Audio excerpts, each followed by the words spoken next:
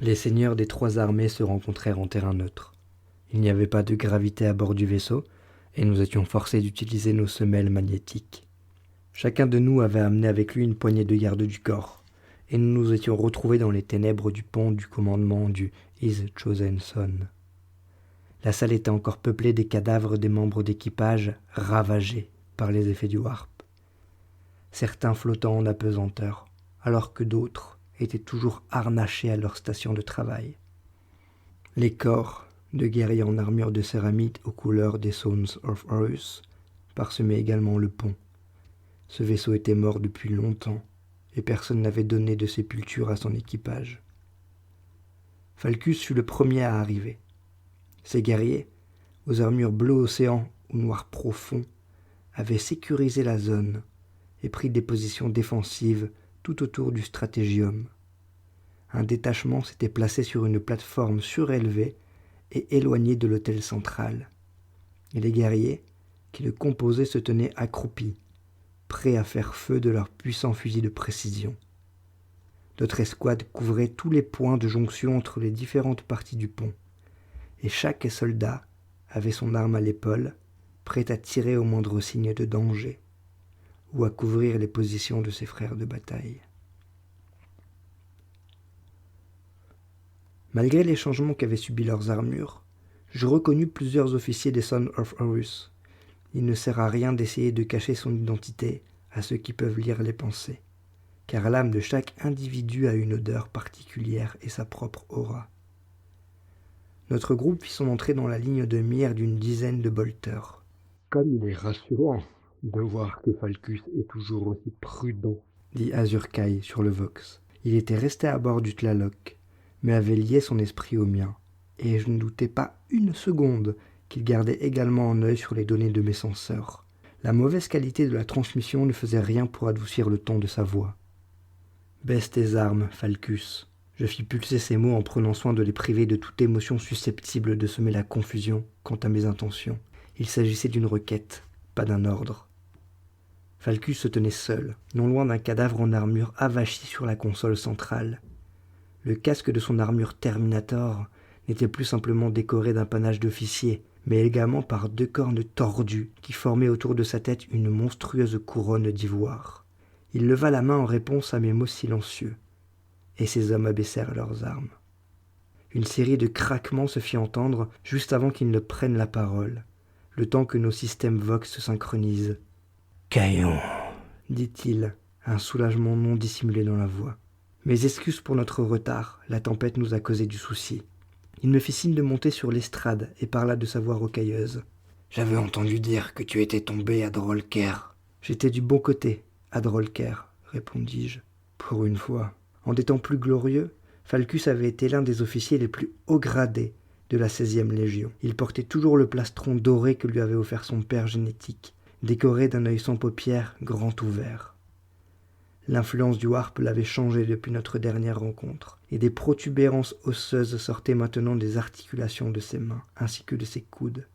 En plus de cela, les cornes qui ornaient son casque étaient un signe évident de son autorité sur ses frères. Le warp avait commencé à le transformer, et ses changements physiques reflétaient sa personnalité froide et mortelle.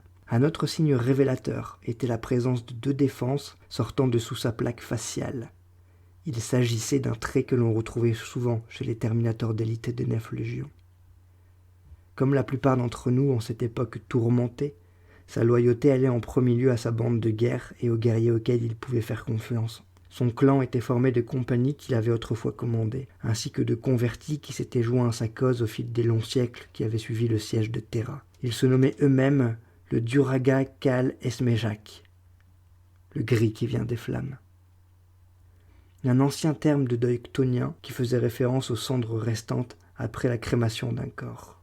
C'était un terme lourd de compassion, car la honte et la défaite brûlaient encore vigoureusement dans son cœur. J'admirais sa capacité à faire face à la situation avec un tel humour noir, plutôt que de nier les événements passés, ou pire, de les vénérer.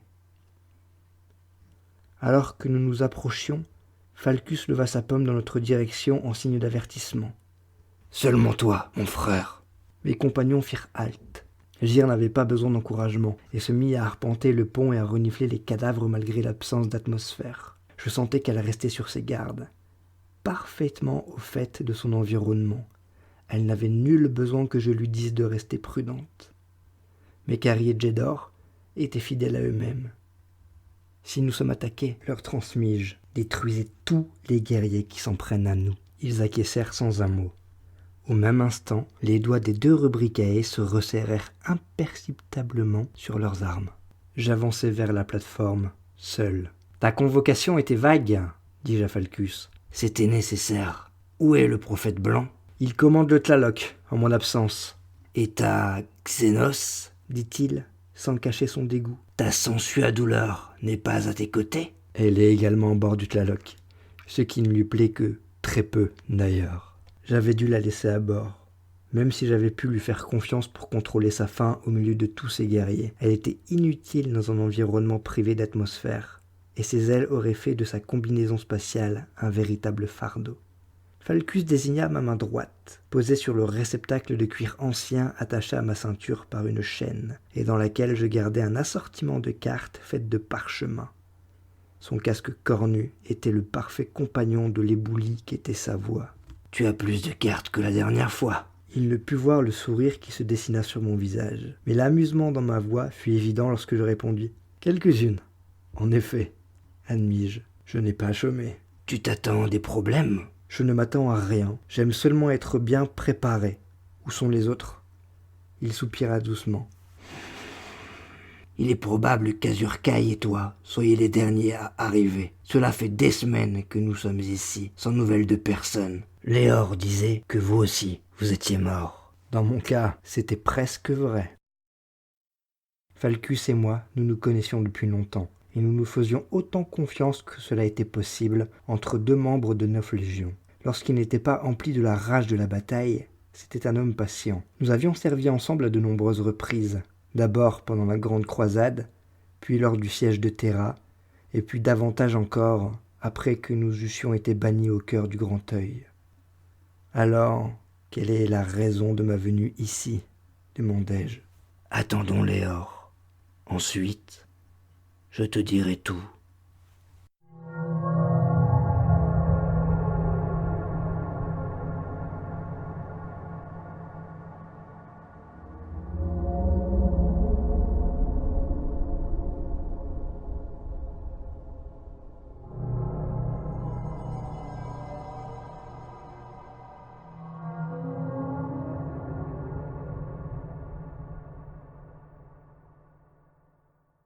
Lorsque Léor et son escorte arrivèrent, ils entrèrent sans cérémonie, ni ordre particulier.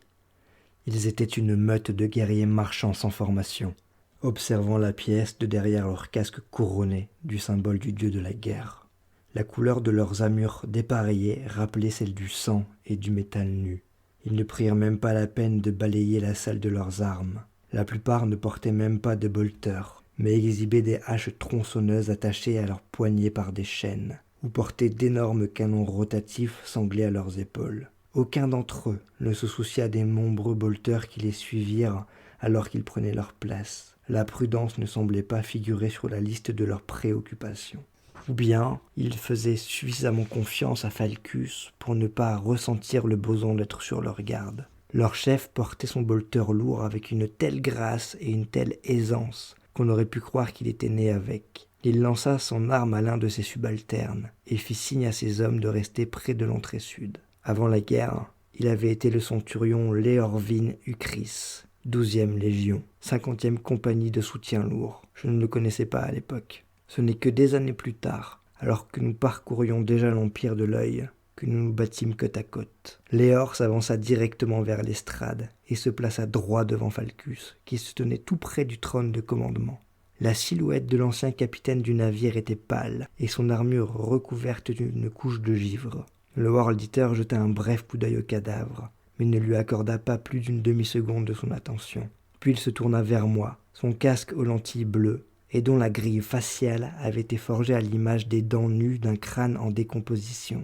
Il ne me salua pas, il ne salua pas non plus Falcus. Il se tint là, à nous observer, tout comme nous l'observions. « Ton jeu de tarot hérétique » masque a l'air plus épais, sorcier, me dit-il. C'est le cas, Léor. Fascinant. Le ton de sa voix indiquait qu'il trouvait cela tout sauf fascinant. J'ai pourtant entendu dire que tu étais mort, à Drollker. Ce n'est pas passé loin. Bien, l'un de vous deux va-t-il me dire ce que je fous ici? Tu es ici car j'ai besoin de toi, Léor, dit Falcus. J'ai besoin de vous deux. Où sont les autres? Demanda Léor. Palavius? Estacar? Falcus secoua la tête. Lupercarlios est tombé. Nous restâmes tous deux silencieux pendant un bon moment. Il est difficile de trouver ces mots lorsqu'on vous annonce qu'une légion est morte. De nombreuses rumeurs circulaient parmi les vaisseaux à la dérive des légions. La chute d'une forteresse des Sons of Horus, ou bien la destruction d'un avant-poste de la 16e Légion. Ces rumeurs étaient récurrentes, et se propageaient surtout lorsque des seigneurs de guerre rassemblaient leurs forces disparates en vue d'une rafle. Et maintenant, on nous annonçait finalement que c'était bien arrivé. Je n'étais pas certain de devoir être choqué par la nouvelle, ou vexé par le fait que le Tlaloc n'ait pas été invité à se joindre à cette flotte. « Le monument est tombé ?» demanda finalement Léor. « J'ai entendu cette histoire 100 de fois, et cela ne s'est jamais avéré. » Lorsqu'il répondit, la voix de Falcus était encore plus grave qu'à son habitude. « Crois-tu que je plaisanterais sur un tel sujet ?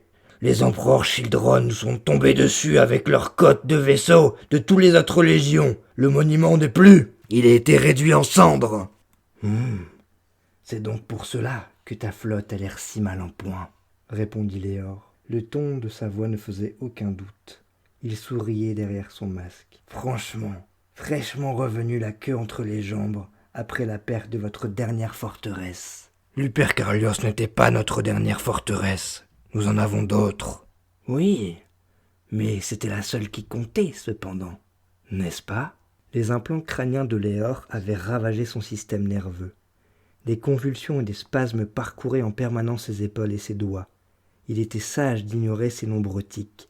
Les pointées du doigt étaient peu avisées, même lorsqu'il était de bonne humeur. Falcus acquiesça. Lupercarlios, le monument, était un mausolée de la 16e Légion, tout autant qu'une forteresse, leur primarque qui avait été inhumé après la défaite de Terra. Peu, parmi les autres légions, étaient autorisés à s'approcher du dernier bastion des Sons of Horus. « Combien d'entre vous reste-t-il » demandai-je. « Combien de Sons of Horus sont encore en vie ?» Pour ce que j'en sais, les Duraga, Kal et Smarjak sont les derniers. D'autres se seront certainement échappés. Mais... Il ne finit pas sa phrase. « Le corps... » dis-je doucement. Falcus savait de quoi je parlais. « Ils l'ont emporté. » Le rire rocailleux de Léor résonna à travers le vox. « Ils ne l'ont pas brûlé ? Ils l'ont emporté. » La dépouille d'Horus Lupercal, qu'avec le temps, nous appellerions le premier et le faux maître de guerre, enlevé à la forteresse tombeau érigée pour célébrer son échec. J'expirais profondément, tout en essayant de comprendre pourquoi les empereurs Children avaient voulu se procurer ces ossements anciens. Un simple acte de profanation? Possible, possible. La 3e Légion n'était pas connue pour sa retenue lorsqu'il s'agissait de s'adonner à des actes décadents. Mais cet acte en particulier résonnait d'une signification plus profonde. Je pouvais presque voir l'influence du warp dans cette histoire, même si celle-ci peut se faire sentir dans à peu près tout et n'importe quoi. Seuls les fous écoutent ses conseils. « Je vous ai convoqué ici. Demandez de venir, » interrompit Léor, en indiquant d'un geste ces hommes qui se tenaient toujours près de l'entrée sud. « Tu as demandé aux 15 crocs de venir. Personne ne nous convoque. » Falcus, ce ne fut une surprise pour personne, ignora la provocation de Léor. Il porta sa main à sa poitrine et frappa 3 fois des doigts sur son cœur. Un geste chtonien, synonyme de sincérité. Observez n'importe lequel d'entre nous, peu importe combien de temps nous avons passé dans les courants irréels de l'œil, et vous trouverez toujours des signes de nos cultures d'origine. Mais je me souviens comment Falcus hésita en cet instant précis, une réticence qui ne lui ressemblait pas, alors que la nécessité entrait en conflit avec sa fierté. Maintenant que nous étions là, il hésitait à nous demander de l'aide. « Je me suis tourné vers ceux en qui j'ai confiance. » finit-il par admettre. Ceux qui ont par le passé été mes alliés. Vous savez pourquoi ils ont emporté le corps du maître de guerre, dit-il. Ce n'était pas une question. Depuis aussi longtemps que les 9 légions avaient erré dans l'œil, il n'avait pas été question d'utiliser le corps pour simplement se remémorer le passé. La dépouille d'un primarque. Quelle offrande cela pouvait-il faire? Quel don pour les puissances derrière le voile? Il y avait davantage derrière ce vol qu'une simple insulte décadente. « Je ne suis pas certain de vouloir savoir, » marmonna Léor. « La simple idée d'un rituel de profanation... Je secouai la tête et l'interrompis. « Non, non, non, ils l'ont pris pour ce qu'il contient, pour s'approprier son matériel génétique !» Le légionnaire des Sons of Horus acquiesça. Clonage n'était pas un mot prononcé à la légère par les guerriers des 9 légions. Même ici, au cœur de notre royaume infernal, certains péchés restaient impardonnables. Cloner nos semblables avait rarement donné des résultats probants. Quelque chose dans notre code génétique interfère avec le procédé et le rend particulièrement instable. Cloner un primarque, c'était au-delà de notre savoir-faire. Personne n'était capable d'une telle chose, à part peut-être l'empereur de l'humanité avant qu'il ne soit enchâssé dans son trône d'or. « Ils ne peuvent pas cloner Horus, » dit Léor. « C'est impossible. »« Cela a déjà été fait, » fit remarquer Falcus. Le War-Leader émit un reniflement porcin. « Tu veux parler d'Abaddon? Il ne s'agit là que d'une légende. » Je lui fis la politesse de ne pas l'interrompre. « Et pourquoi ferait-il cela ?» continua Léor. « Qu'aurait-il à y gagner? Horus a déjà échoué une fois, et il avait derrière lui la moitié des forces de l'Imperium. On n'a pas 2 fois cette occasion. »« Ne vois-tu aucun bénéfice à ressusciter le premier primarque ?» demanda Falcus. « Rien qui n'en vaille la peine, » répondit le War-Leader. « Caillon, je savais que Léor refuserait de voir là-dedans quelconque danger. Mais toi, ne vois-tu pas la menace que représente la résurrection d'un primarque ?» Le danger était la seule chose que je pouvais voir, et l'idée des rituels nécessaires à une telle entreprise me faisait mal au crâne. Sacrifier un primarque vivant aux 4 dieux, dévorer le cœur et le cerveau du maître de guerre, goûter sa force et se l'approprier, lever une armée de simulacres mal formés, façonnés à l'image du premier primarque. La résurrection d'Horus mettrait fin aux guerres de Légion, finis-je par dire. Falcus acquiesça. Et bien plus que cela. Il serait le seul primarque à exister dans le monde des mortels. Il serait le seul à pouvoir envahir l'Imperium. Mais le cloner? Léor prononça ce dernier mot avec mépris. Il refusait d'admettre que même la décadente 3e Légion soit capable d'un tel sacrilège. Et qu'as-tu contre ce plan d'ailleurs? Ne souhaites-tu pas son retour? Falcus était un être vicieux et rusé. Je faisais confiance à son jugement, et sa réponse me conforta dans mon opinion de lui. « Ce ne serait pas Horus Lupercal, » dit-il à Léor. « Tous les Sons of Horus ont senti la mort de notre père le jour où l'empereur a dévoré son âme. Quelle que soit la chose que la 3e Légion veut créer, ce ne serait qu'une carcasse vide. » Je sentais la colère et la frustration lentement envahir ses pensées. « Ils nous ont conduits au bord de l'extinction. N'est-ce pas suffisant? Doivent-ils aussi pisser sur nos cadavres ?» J'échangeai un autre regard avec Léor. Le War-Leader reprit la parole en reportant son attention sur Falcus. « Dis-nous ce que tu veux, frère. Si Lupercalios n'est plus, que te reste-t-il? Tu ne peux pas vraiment assiéger la cité quantique, juste pour brûler la dépouille d'Horus. » Falcus resta muet, ce qui voulait tout dire. Le rire de Léor fut profond et mauvais. N'y pense même pas, faiseur de veuves. Sois raisonnable. Tu veux te cacher? Nous te cacherons. Tu veux fuir? Commence à courir. Mais ne tourne pas ton ambition vers la cité quantique. La 3e Légion te réduira en cendres avant même que tu ne sois en vue de sa forteresse. « Pour commencer, dit Falcus patiemment, il faut que je fasse escale dans un endroit neutre. Ma flotte a besoin de se réapprovisionner et d'effectuer des réparations. »« Gallium, dis-je. Le Tlaloc y a fait escale il y a peu. Je rechigne à éprouver la patience de la gouverneure. Vu la manière dont les Sons of Horus sont pourchassés, je ne puis me rendre à Gallium qu'en dernier recours. » Gallium était l'une des nombreuses villes-états du Mechanicum. La cité sous le protectorat de la 4e Légion est dirigée par un haut gradé martien. D'après le chronomètre interne du Tlaloc, nous y avons fait escale 11 mois plus tôt. Mais vu la tempête que nous venions de traverser, cela aurait aussi bien pu faire 5 minutes ou 15 ans dans l'espace réel. Seraxia et Valicar, la gouverneure et le gardien de Gallium, étaient célèbres pour leur refus catégorique de participer aux guerres de Légion. Leur neutralité avait plus de valeur à leurs yeux que le carburant, les munitions ou la gloire. Falcus avait raison.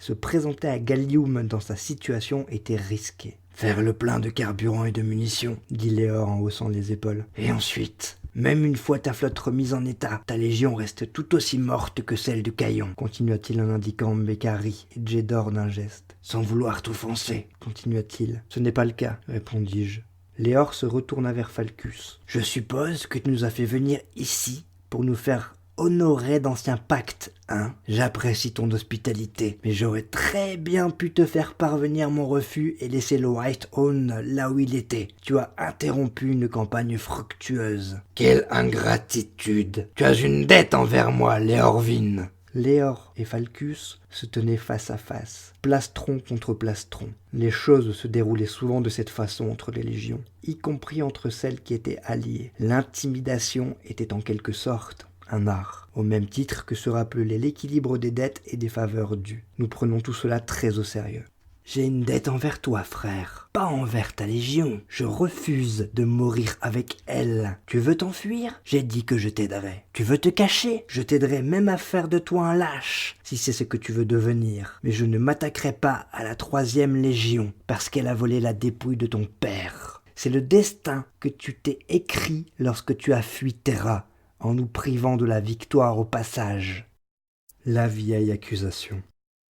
Cette même accusation qui avait rongé l'existence des Sons of Horus durant leur exil et les avait forcés à fuir devant les vaisseaux de guerre des 9 légions depuis la mort de leur primarque. Cette conversation ne nous menait nulle part. Je posai mes mains sur les épaules des 2 guerriers et les forçai à reculer de quelques pas. Cela suffit. Nous avons perdu la guerre lorsque le maître de guerre a perdu le contrôle de ses légions lors du siège de Terra. Nous avions déjà échoué avant qu'Horus ne tombe. Il ne sert à rien de discuter avec un Tiscan, marmonna Léor. Mais cela reste de la folie, Falcus. C'est d'archéosciences surnaturelles qu'il est question. Le chef-d'œuvre génétique de l'empereur. Quel espoir un simple sculpteur de chair pourrait-il avoir? Il leur faudrait une éternité pour génoforger un être comme un primarque. L'empereur lui-même n'a pu créer que 20 de ces créatures maudites.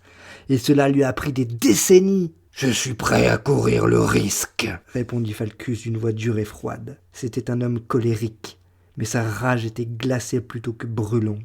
Lorsque Falcus Kybre se mettait en colère, tout semblant de retenue volait en éclats. « Nous ne pouvons pas nous cacher ici à jamais. Le Tlaloc a été le dernier à arriver. Si d'autres ont pu entendre mon appel, ils sont soit morts, soit trop loin pour faire une quelconque différence. Plus de délai, plus d'excuses. Vous avez tous les 2 juré de venir à mon aide le jour où j'en aurais besoin. » Malgré le fait que nos casques nous empêchaient de nous regarder directement dans les yeux, je sentis son regard se poser sur moi lorsque je pris la parole. « Tu as un plan ? » « Regarde donc ça !» Le légionnaire des Sons of Horus nous présenta un projecteur hololithique portatif et l'activa. Le projecteur émit une dure lumière verte qui joua sur son armure et une image à la résolution hasardeuse apparut.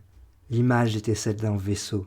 Même malgré la projection tremblotante de l'hololithe, la taille de ce bâtiment de guerre était telle que j'en eus le souffle coupé.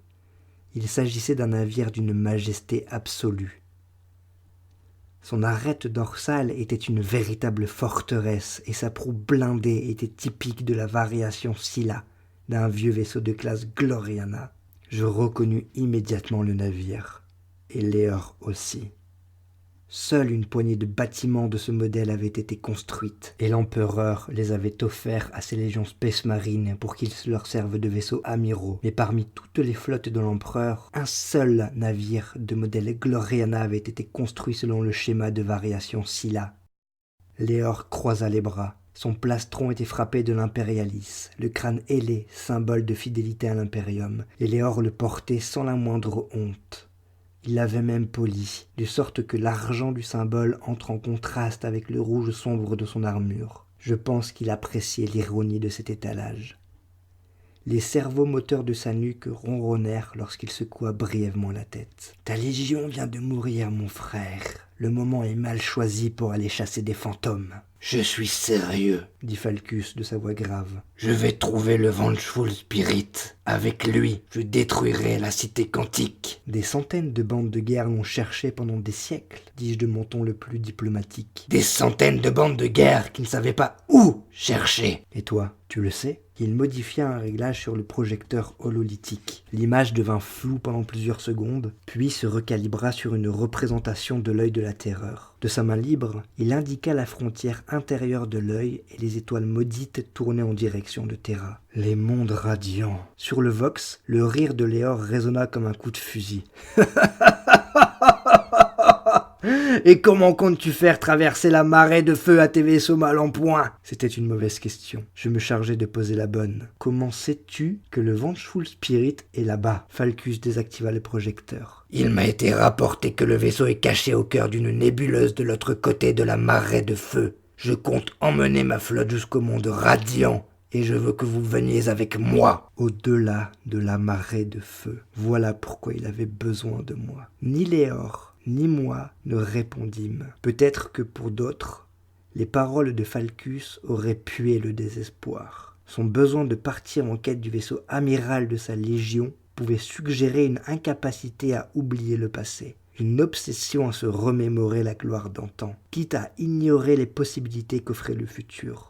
Mais penser une telle chose serait grandement sous-estimer à quel point les Sons of Horus étaient tombés bas. Ils avaient autrefois été les premiers parmi leurs pairs, mais faisaient maintenant face à leur propre extinction. Combien de leur monde étaient tombés aux mains des 9 légions depuis qu'elles s'étaient réfugiées dans l'œil de la terreur ? Combien de vaisseaux avaient-ils perdu, que ce soit au cours de batailles ou aux mains de leurs adversaires ? De tous ceux qu'il avait convoqués, j'étais celui qui ne pouvait se moquer de sa rage face à la tragédie à laquelle il était confronté. Peu importe combien sa quête était futile, le monument avait été détruit et les restes de leur père avaient été volés. L'héritage même de la Légion avait été profané. Le plan de Falcus n'était pas le fruit du désespoir. Avec la perte de Lupercalios, les Sons of Horus avaient passé le point de non-retour, car le désespoir est forcément le fruit de l'espoir. Ce n'était même pas une question de survie. C'était le dernier effort d'un guerrier qui refusait de mourir sans avoir accompli son devoir. Une dernière bataille pour s'assurer que l'histoire se souvienne avec fierté du nom de sa légion. L'espace d'un instant, je crus entendre les hurlements et sentis les relents acides de flammes injustes. « Je t'aiderai, dis-je. » Léor me regarda comme si je venais de prononcer des paroles insensées. « Tu vas l'aider ?»« Oui. »« Merci. » dit Falcus en inclinant la tête vers moi. Je savais que je pourrais compter sur toi, Caillon. Pourquoi m'étais-je porté volontaire ? Au fil des années nombreuses, furent les personnes à me poser cette question. Même Télémachon me l'avait demandé, lors de l'un de ces rares moments durant lesquels nous avions suffisamment de temps pour discuter comme de véritables frères. Et bien sûr, Abaddon avait posé la question, même si dans sa grande sagesse, il connaissait déjà la réponse.